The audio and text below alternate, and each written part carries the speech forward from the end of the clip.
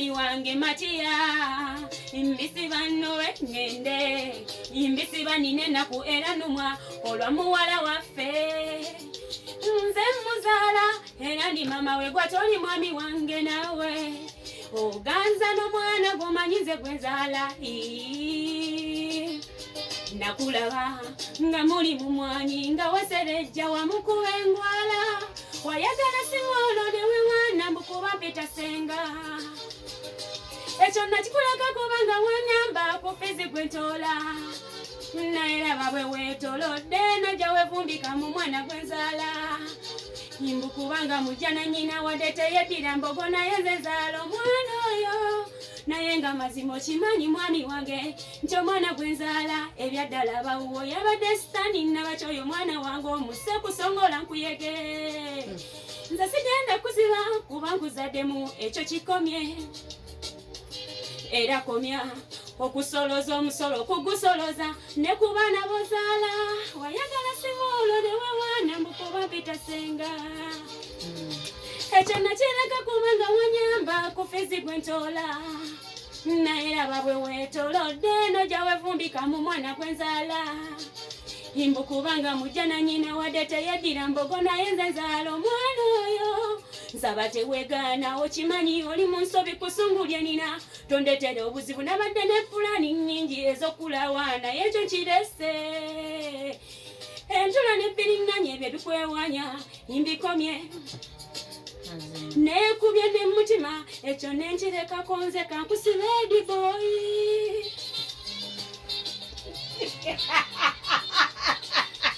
mwami wange Matiya obulidde nakubanza mukitalo ediboyi yalugendedemu ediboyi yalugendedemu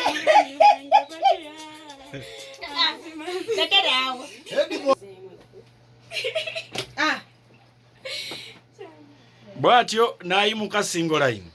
ayimuka yenyola tetumanyi batumusindike mu kifo kya seno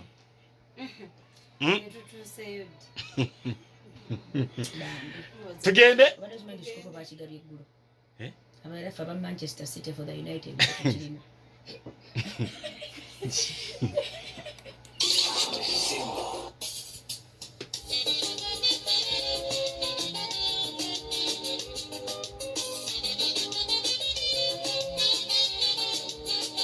Wadompo busente boloja tolowooza nti ndifala nnyo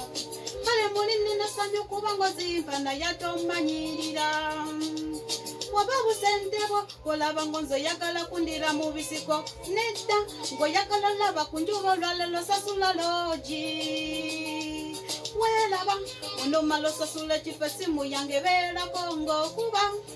nze njagala logi sizanya gwolaba nakyamawa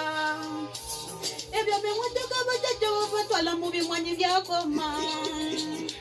akuwakanana nga kuddugaliza engoye zosimba amabisaako enviiri ebyo tusanga mu siko ng'olaba n'ensolo zidduka ensiko nga zagala mayumba ntwala mu loogi